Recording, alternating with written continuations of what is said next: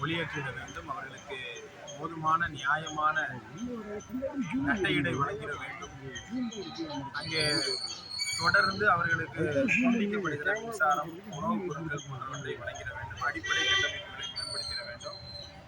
அரசாங்கத்திற்கு மக்களுடைய கோரிக்கையை எடுத்து செல்ல வேண்டும் என்ற கோரிக்கையோடு இப்பொழுது தோழர் திருமுருகன் காந்தி, அதுபோல நமது சகோதரர் பிலால் மற்றும் நம்ம டாக்டர் டேனியல் உட்பட எல்லோருமாக இணைந்து மாவட்ட ஆட்சித்தலைவரை சந்தித்திருக்கிறோம்.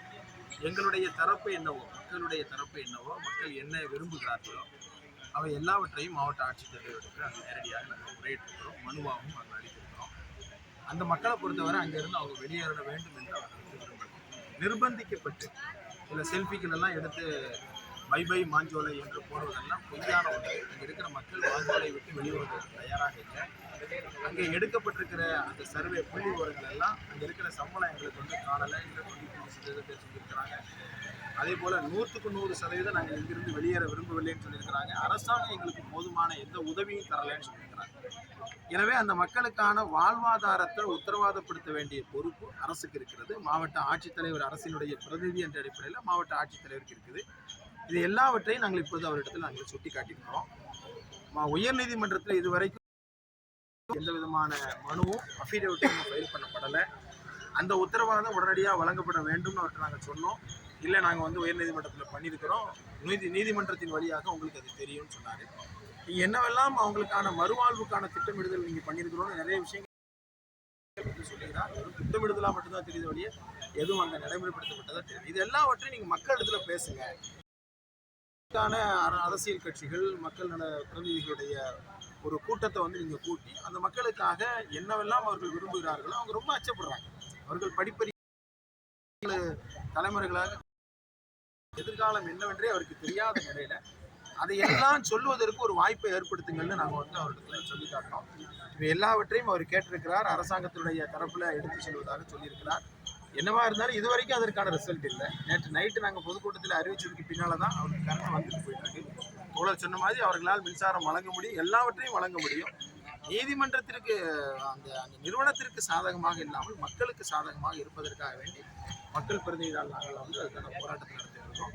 நிச்சயமாக எங்களது போராட்டம் அந்த மக்களுடைய கோரிக்கையை வந்து வெல்லும் என்று நாங்கள் எதிர்பார்க்கிறோம். அடுத்த கட்ட நடவடிக்கையாக நாங்கள் தமிழகம் முழுவதும் சட்டமன்ற கட்சிகளுடைய பிரதிநிதிகள், சட்டமன்ற உறுப்பினர்கள், அதே போல் அரசியல் கட்சியினுடைய சமூக நல இயக்கங்களுடைய பிரதிநிதிகள்லாம் இணைத்து ஒரு குழுவாக நாங்கள் அமைத்து அங்கே நேரடியாக பார்வையிடுவதற்கான முயற்சிகளை நாங்கள் எடுக்க போகிறோம். அதே போல் மாவட்ட ஆட்சித்தலைவரிடத்தில் யாரும் மக்கள் பிரதிநிதிகள் வந்து பார்த்தா அந்த பார்க்குறத வந்து அங்கே இருக்கிற அதிகாரிகள், ஒரு டிஎஸ்பி இருந்து அதை தடுத்துட்டு இருக்கிறார். அதையெல்லாம் நீங்கள் வந்து எல்லாத்தையுமே நீங்கள் தடுத்து மொத்தமாக யார் அந்த அவர்களுக்கு அனுமதி தர வேண்டும். அந்த மக்களுடைய பிரச்சனைகளை எங்களுடைய இயக்கங்கள் நாங்கள் வந்து பிரதிநிதித்துவப்படுத்துகிறோம். அதற்கான உரிமைகளை நீங்கள் வழங்க வேண்டும்னு சொல்லியிருக்கிறோம். தாண்டி சமூக நீதி அரசு என்று சொல்லிக் கொடுக்கிற திமுகவுடைய அரசு இதை செய்ய வேண்டும். தோழர் சொன்னது போல 25 வருஷத்துக்கு முன்னால் வந்து பட்டிருக்கிற அந்த கரையை துடைப்பதற்கு ஒரு வாய்ப்பு இப்போ அந்த மக்களுக்கு எடுப்பு நடக்கும். 5 ஏக்கர் நிலத்தை நாங்கள் அவங்களுக்கு வந்து வழங்குவோம். நட்டையிட என்னமோ இது அரசாங்கத்திலிருந்து கொடுக்கல. கள்ளச்சாராயத்துக்கு 10 லட்சம் கொடுத்ததுக்கும் இதுக்கும் வித்தியாசம் இருக்குது.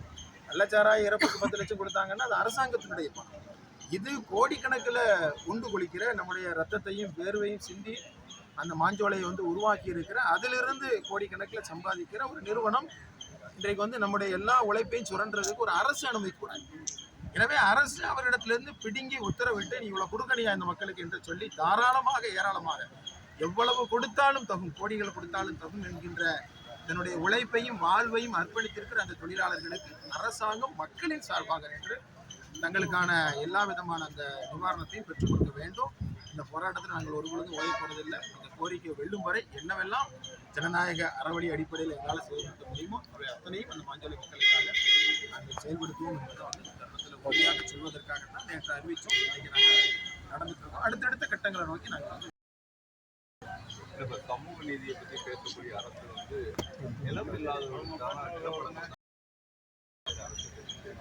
இது எப்படி பார்க்கீங்க? அந்த நிலம் பாதிக்கப்படுவோனின் குரலாக, குரலற்றோனின் குரலாக நிற்பதற்கு பேர் தான் சமூக நீதி.